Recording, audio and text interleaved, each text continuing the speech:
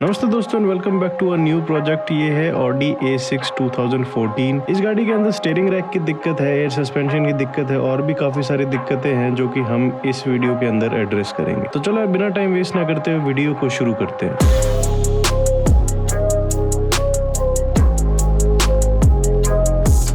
तो यहाँ पर आप देख सकते हो ये रही ऑडी A6 2.0 4 सिलेंडर इंजन। ये ऑडी A6 2014 का मॉडल है और यहाँ पर देख सकते हो 2.0 TDI की बैजिंग, यहाँ पर A6 की बैजिंग। तो यहाँ पर बहुत ही टेस्टफुली अलॉय लगाए हुए हैं 17 इंच के। ये अलॉय आफ्टर मार्केट लगाए हुए हैं, ऑडी का स्टॉक डिजाइन नहीं है। ये फ्रंट से देख सकते हो RS की ग्रिल इंस्टॉल की गई है और आगे से जो क्रोम है उसको ब्लैकआउट किया गया है। साइड से प्रोफाइल देख सकते हो आप, और अब अंदर चलकर देखते तो इंटीरियर की हालत इतनी खराब नहीं है गाड़ी की कंडीशन के हिसाब से। तो ये जो स्क्रीन है ये भी आफ्टर मार्केट है, ये ओरिजिनल नहीं है कार के साथ। यहाँ पर आप ऊपर जो रूफ देख रहे हो, इसका जो फैब्रिक है, कपड़ा है, वो अब सैग करने लग गया है, तो उसको हमको रिप्लेस करना पड़ेगा। इसके अंदर जितना भी फैब्रिक जो ये ऊपर आप देख रहे हो हेडलाइनर का या फिर जो पिलर्स पर है, उस सब को ही ब्लैकआउट किया जाएगा। मतलब उसके ऊपर ब्लैक कलर का फैब्रिक लगाया जाएगा और जो पीस पेंट होने वाले होंगे वो पेंट होंगे। 2014 के हिसाब से गाड़ी की कंडीशन अंदर से ठीक है, सीट्स की कंडीशन भी ठीक है। अंदर बैठने के बाद ये रहा पुश स्टार्ट बटन, और ये दबाते ही यहाँ पर स्क्रीन फ्लिप आउट कर ऊपर आ जाती है। और इसके अंदर भी एक बड़ी स्क्रीन का ऑप्शन था, ये नॉर्मल स्क्रीन है इसके अंदर। ऑन करते देख सकते हो एयर सस्पेंशन की यहाँ पर आपको एरर दिख जाता है, और यहाँ पर अगर आप रेस करते हो लोअर करते हो तो अभी कुछ भी नहीं होता है। तो आज की वीडियो के अंदर हमको इस A6 का सबसे पहले एयर सस्पेंशन टैकल करना है, क्योंकि इसके गाड़ी का एयर सस्पेंशन में फॉल्ट आया हुआ है। तो गाड़ी आगे से उठ जाती है बट पीछे से नहीं उठती। तो यहाँ पर देख सकते हो गाड़ी पीछे से जो है वो नीचे लगती है। कई बार गाड़ी आगे से ऊपर उठ जाती है, पीछे से नीचे उठ जाती है। तो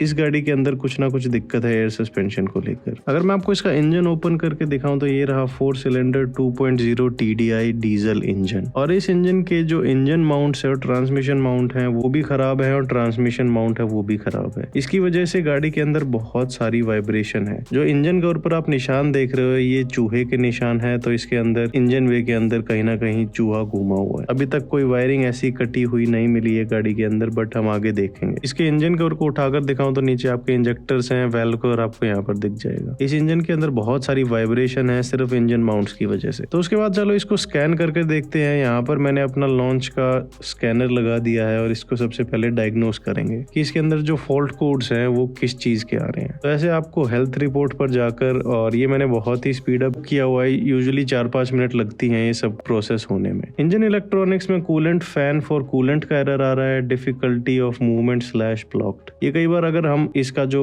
फैन है उसको रिमूव करते हैं वहां पर भी ये एरर आ जाता है। इसको क्लियर करने के बाद ये एरर कभी भी नहीं आया। उसके बाद दोबारा हमने चलाकर देखा था तो सब ठीक है। क्लाइमेट कंट्रोल मॉड्यूल के अंदर इसका एक सेंसर का एरर आया हुआ है, और AC कंप्रेसर जो इस गाड़ी के अंदर वो कोई इंडियन ब्रांड का लगाया हुआ है आफ्टर मार्केट, और वायरिंग के साथ भी काफ़ी ज़्यादा छेड़छाड़ की गई है जो AC की वायरिंग है। तो AC के अंदर ये एरर रहेंगे जब तक हम ओरिजिनल जो कंप्रेसर वो नहीं लगाते। उसके बाद एक और कंप्रेसर रेगुलेटर का वेल्व का एरर है, ये भी जो कंप्रेसर के अंदर एक वेल्व होती है उसका एरर है ये। उसके बाद जो नीचे देख सकते हो left rear upper body went motor, left rear upper body went motor. तो रियर AC है उसमें दिक्कत है, इसलिए इसके अंदर यहाँ पर ये एरर आ रहा है। लेवल कंट्रोल मॉड्यूल के अंदर एरर आ रहा है, बट ये कोई भी साइड का एरर नहीं दिखा रहा है अपने को। एयर सस्पेंशन के अंदर चारों साइड पर मतलब इंडिविजुअल कॉर्नर के अंदर सेंसर दिए हुए हैं हाइट के लिए, और अगर कोई मेल फंक्शन होता है या कोई सेंसर खराब होता है तो यूजुअली लेफ्ट रियर या फ्रंट राइट ऐसे एरर आ जाता है। बट इसके अंदर कोई भी एरर हमको यहाँ पर शो नहीं हो रहा है, ये सिर्फ level control module system sensor का एरर आ रहा है। तो हमको नीचे फिजिकली चेक करना पड़ेगा एक एक सेंसर को मल्टीमीटर से कि कौन से सेंसर में दिक्कत है। उसके बाद seat back rest adjuster motor है, और शायद ये यहाँ पर मोटर है ही नहीं इसलिए इसका ये एरर आ रहा है। और इसका जो पावर स्टीयरिंग का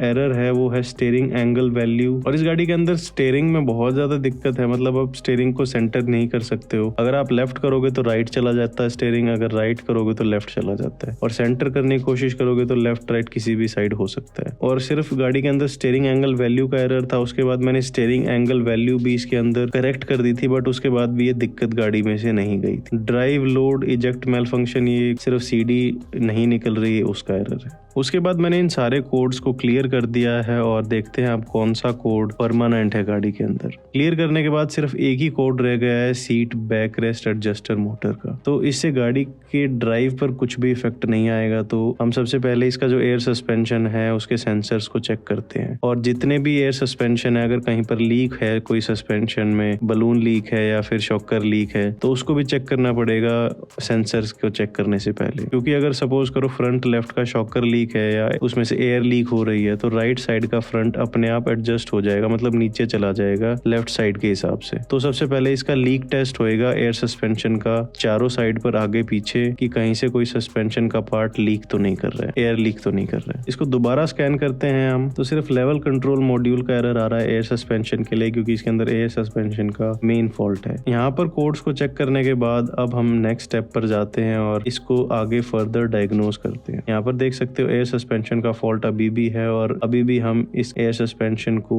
एक्टिवेट नहीं कर सकते। यहाँ पर जो आप 4 कॉर्नर देख रहे हो उसको यहाँ इन 4 बटन से कंट्रोल करते हैं। और यहाँ पर जो स्टीयरिंग की मैं आपको बता रहा था इस गाड़ी के अंदर दिक्कत है, तो देख सकते हो आप लेफ्ट करता हूँ स्टीयरिंग तो ऐसे एक जगह पर स्टीयरिंग रुकता नहीं है। जैसे कि अगर मैं इसको सेंटर करने की कोशिश करता हूँ तो सेंटर भी नहीं होता, स्टीयरिंग लेफ्ट राइट ये अपने आप ही घूमता रहता है। स्टीयरिंग का जो प्ले है, जो जैसे अपने आप लेफ्ट कर रहे हो तो राइट जा रहा है, उसको चेक करने के लिए जब हमने लिफ्ट पर गाड़ी को उठाया तो देख सकते हो स्टीयरिंग ऐसे वाइब्रेट करने लग गया था और नीचे का सारा स्टीयरिंग का रैक हिल रहा था। ये स्टीयरिंग रैक के अंदर दिक्कत है। हमको स्टार्टिंग में लग रहा था कि कोई प्रोग्रामिंग की इशू है या फिर जो इसके नीचे का मॉड्यूल होता है वो खराब हो गया, क्योंकि जो ओनर है उन्होंने मुझे बताया था कि ये गाड़ी पानी में चली गई थी और नीचे का रैक है उसके जो मॉड्यूल है उसमें पानी चला गया था और उन्होंने साफ करके वापस लगाया, उसके बाद से ये दिक्कत आ रही है। A6 के अंदर सबसे कॉमन प्रॉब्लम है, अगर स्टीयरिंग के अंदर पानी जाता है तो स्टीयरिंग को रिपेयर या रिप्लेस ही करना पड़ता है, नहीं तो ये वाइब्रेशन यहाँ पर देख सकते हो आप, थोड़ा सा ग्राउंड से ऊपर है, बहुत ज्यादा वाइब्रेशन हो रही है इसके अंदर। तो it is not safe to drive. और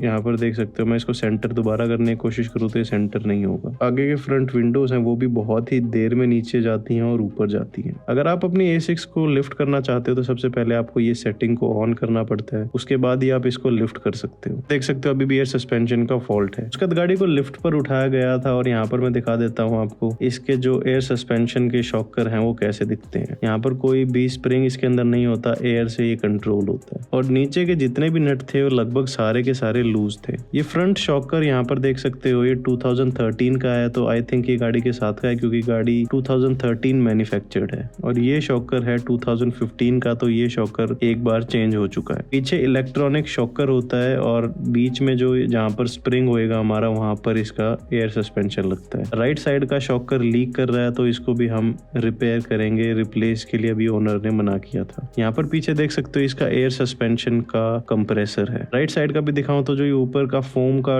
पीस होता है इसकी वजह से आपके शॉकर लीक करते हैं, क्योंकि ये शॉकर के अंदर जाकर अटक जाता है। इसके ऊपर मैंने एक डेडिकेटेड वीडियो बनाई हुई है, वो मैं यहाँ पर लिंक कर दूंगा, अगर आपको देखनी है तो यहाँ पर आप चेकआउट कर सकते हो। ये रहे वो सेंसर्स जो मैं आपको बता रहा था, जो कि इसकी हाइट को कंट्रोल करते हैं एयर सस्पेंशन की। मल्टीमीटर से चेक करने के बाद पता चला कि आगे के दोनों सेंसर डेड हैं, बट उससे पहले हमने जितने भी इसका एयर सस्पेंशन है, बलून है, शॉकर है, उन सबको चेक किया था कि इसके अंदर कहीं पर लीक तो नहीं है। छोटी सी लीक भी इस एयर सस्पेंशन में काफी ज्यादा दिक्कत कर सकती है, तो आपको बहुत ही ध्यान से देखना पड़ता है। और ऐसे इसके चारों शॉकर को लीक टेस्ट किया था।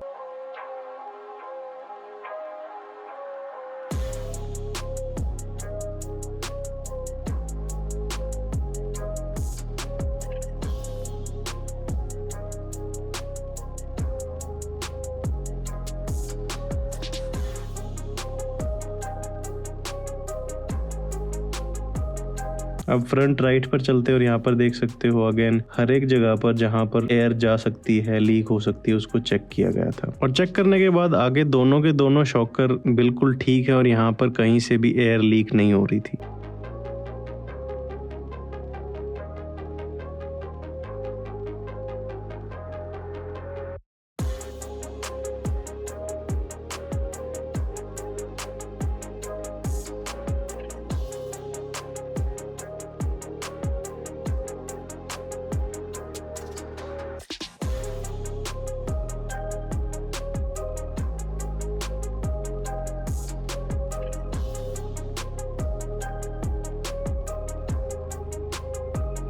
रियर में जो एयर सस्पेंशन है वो ये होता है जहाँ पर हमारा नॉर्मल स्प्रिंग होता है नॉर्मल गाड़ी के अंदर। नॉर्मल सस्पेंशन में यहाँ पर स्प्रिंग होता है, बट जो एयर सस्पेंशन है उसके अंदर यहाँ पर ये बलून होता है। सारे के सारे एयर सस्पेंशन को लीक टेस्ट करने के बाद पता चला था कि कोई भी शॉकर या फिर बलून अभी लीक नहीं हो रहा था। अभी के लिए सारा एयर सस्पेंशन लीक फ्री है और यहाँ पर कहीं से भी हवा लीक नहीं हो रही है। अगर यहाँ पर ये एयर सस्पेंशन सारे के लीक होता तो बहुत ही कॉस्टली होता। अगर आप एक साइड का शॉकर लेने जाओगे नया तो 80 to 90,000 के फ्रंट का एक शॉकर मिलेगा आपको और 20 to 30,000 का एक पीछे का बलून मिलेगा आपको, तो काफी कॉस्टली हो जाता है। और इसको आप एक नॉर्मल सस्पेंशन में कन्वर्ट कर सकते हो बहुत इजीली। तो हम वो करते अगर ये एयर सस्पेंशन में दिक्कत होती तो, बट इस एयर सस्पेंशन में फ्रंट सेंसर्स का इशू था तो वो हमने रिमूव करके रिप्लेस कर दिए थे। ये सेंसर आपके कंट्रोल आर्म पर लगा होता है और ये हाइट डिटरमाइन करता है आपके गाड़ी की। ये देख सकते हो पुराने और एक यूज्ड सेंसर के अंदर कितना डिफरेंस है। ये सेंसर नया नहीं है, यूज्ड है और ये ओनर को भी पता है। उसके बाद इन सेंसर्स को इंस्टॉल किया गया था। इंस्टॉल करने के बाद यहाँ पर देख सकते गाड़ी को हमने लिफ्ट से नीचे कर दिया था। इसके जितने भी एरर कोड्स हैं उनको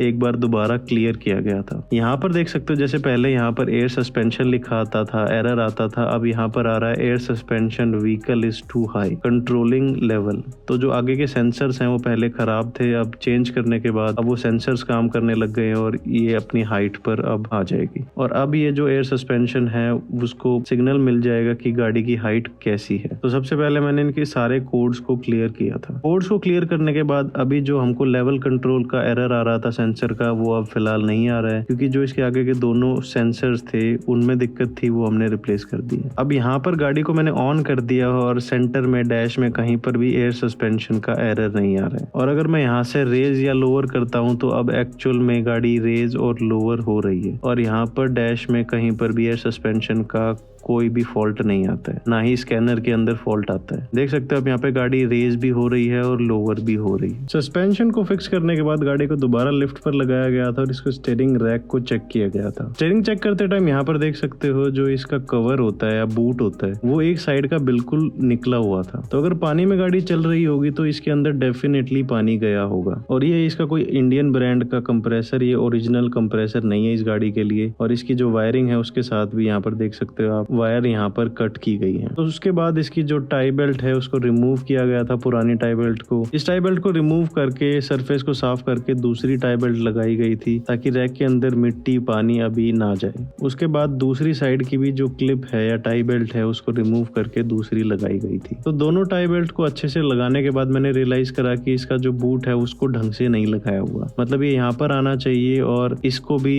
पीछे जाना चाहिए, तो इसलिए सेंटर में नहीं है। ये इसकी पोजीशन ही नहीं है बूट को लगाने के लिए। तो जिस भी मैकेनिक ने इसके स्टीयरिंग पर काम किया है उसको या तो नॉलेज नहीं थी या फिर उसने ध्यान ही नहीं दिया। तो हमने करेक्ट जगह पर इसके बूट को कर दिया था लेफ्ट साइड पर। यहाँ पर देख सकते हो पहले यहाँ पर था, अब ये यहाँ पर है। यहाँ पर ये किसी ने नट भी फ्री किया हुआ है और बाद में हमने इसका ये नट रिप्लेस कर दिया था। तो अब राइट साइड और लेफ्ट साइड के दोनों ही जो बूट है उनको ढंग से लगा दिया गया है। उसके बाद जो स्टीयरिंग एंगल वैल्यू की दिक्कत थी उसको कोड किया गया था, स्टीयरिंग वैल्यू को ठीक किया गया था। बट उसके बाद भी रैक के अंदर अभी भी वैसी ही आवाज थी और वही प्ले था। तो उसके बाद सबसे पहले इसकी जो स्वे बार है उसको रिमूव किया गया था और उसके बाद इसके जो रैक है उसको चेक किया था।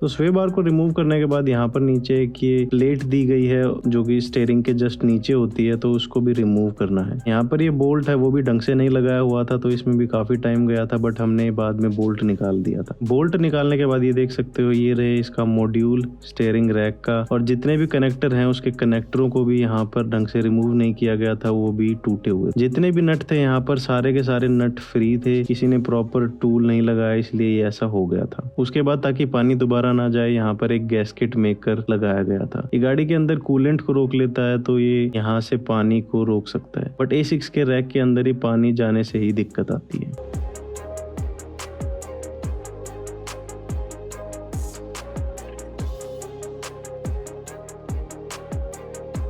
तो तो ये मॉड्यूल को दोबारा हमने वापस लगा दिया था और सारे के सारे जितने भी नट थे उनको चेंज कर दिया था, ताकि अगर बाद में कोई खोले तो आसानी से ये खुल जाए।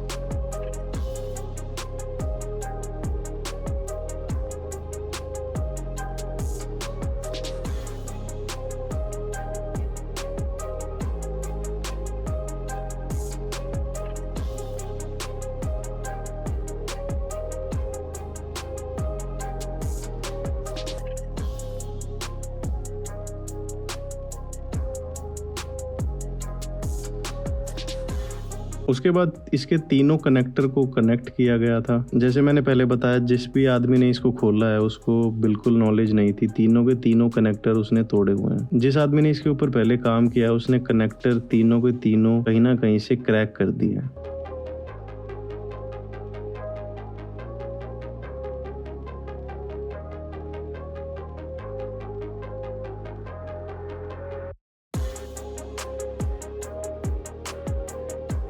तो इसके रियर शॉकर हैं उनको रिमूव करके रिपेयर करने के लिए दिया गया था। इसके जो रियर शॉकर हैं वो काफ़ी ज़्यादा एक्सपेंसिव थे, अराउंड 30,000 के थे रियर शॉकर, क्योंकि ये सेंसर वाले शॉकर होते हैं, नॉर्मल शॉकर नहीं होते, तो ये काफ़ी ज़्यादा महंगे आते हैं। तो इसको हमने रिपेयर किया था दोनों शॉकर को। उसके बाद हमने पीछे के रिपेयर्ड शॉकर को वापस लगा दिया था।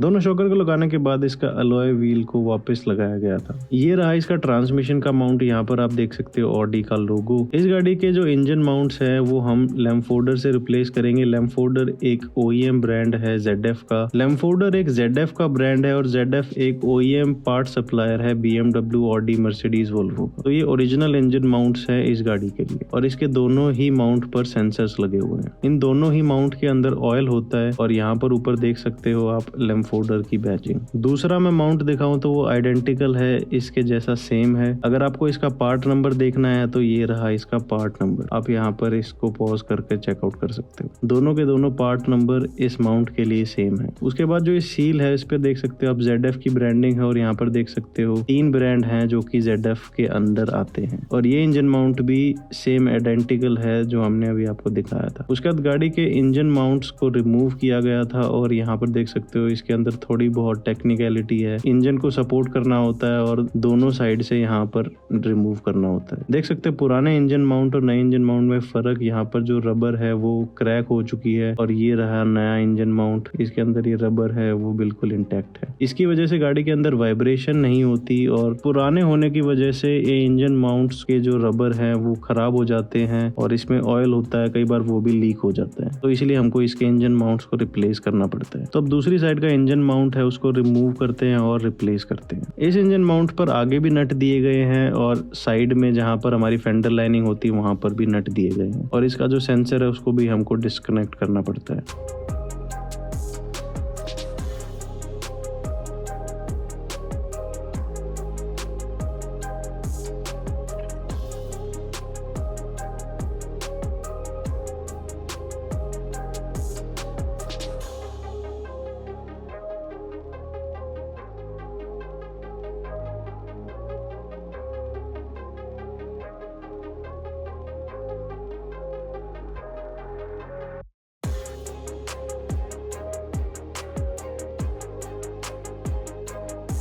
और फेंडर लाइनिंग के नीचे 3 नट मिलेंगे आपको। उसके बाद जो इसकी माउंटिंग ब्रैकेट है उसको आपको साइड करना पड़ता है और जो इंजन माउंट है उसको आप ऐसे रिमूव कर सकते हो। इसके अंदर भी देख सकते हो जो रबर है वो क्रैक हो चुकी है वर्सेस जो नया है उसके अंदर अभी कोई क्रैक नहीं है। पीछे से देख सकते हो आप यहाँ पर भी जो है रबर इसकी क्रैक हो चुकी है और नए वाले की मैं दिखाऊं तो यहाँ पर ये इंटैक्ट है। तो ये डिफरेंस है पुराने इंजन माउंट में और नए इंजन माउंट में। उसके बाद इस नए इंजन माउंट को इंस्टॉल किया गया था। आपको इस जॉब के लिए एक स्टैंडिंग जैक जरूरी चाहिए होगा अगर आप इसको लिफ्ट पर कर रहे हैं, क्योंकि हमको इंजन को सपोर्ट करना पड़ता है इस टाइम पर। इंजन माउंट को लगाने के बाद इसका माउंटिंग ब्रैकेट लगाना होता है ऐसे और आगे के बोल्ट्स लगाने पड़ते हैं और फिर उसके बाद साइड के बोल्ट्स लगते हैं।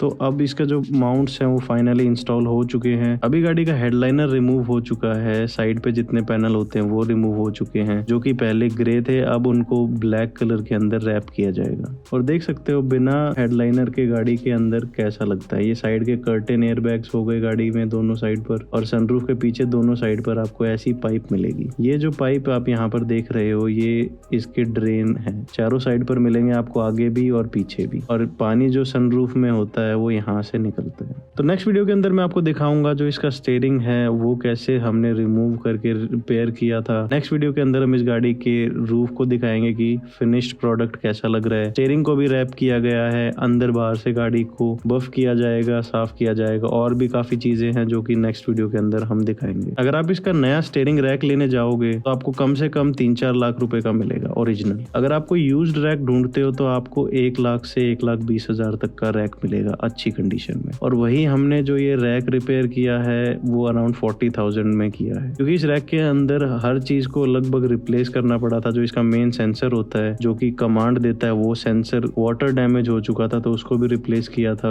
और जितनी भी चीजें अंदर के कंपोनेंट्स हैं जो नहीं चलने वाली थी उनको भी रिपेयर और रिप्लेस किया था। और नेक्स्ट वीडियो के अंदर मैं इसका टोटल बिल अभी तक का भी बताऊंगा कि कितना खर्चा इसके अंदर अभी तक आया है। अगर हम सिर्फ रैक की बात करें तो इस रैक की 3-4 लाख की कीमत होगी। तो अगर आप कहीं कंपनी से करवाते हो तो रैक कंपनी में तो आई थिंक 5-6 लाख का भी है, क्योंकि 5 सीरीज का 2018 में मैंने कंपनी से रैक पता किया था तो उस टाइम पे 8.5 लाख रुपए का था। तो A6 का भी 6-7 लाख रुपए का होगा, क्योंकि दोनों ही इलेक्ट्रॉनिक रैक हैं। तो टेक्निकली देखा जाए तो 5 लाख रुपए का खर्चा सिर्फ इसके अंदर स्टीयरिंग का होना, और चीजें रह गई अलग। नेक्स्ट वीडियो के अंदर मैं एंड में आपको बता दूंगा कि टोटल खर्चा अभी तक कितना आया है इसके अंदर। तो चलो यार आज के लिए बस इतना ही। आई होप इस वीडियो से आप कुछ सीख पाए हो। नेक्स्ट पार्ट के लिए आप चैनल को सब्सक्राइब करो, क्योंकि यार आगे ऐसी और वीडियो आने वाली है। चलो यार आज के लिए बस इतना ही। आप लोग ध्यान रखो अपना और अपनी गाड़ियों का, और मिलते हैं अगली वीडियो में।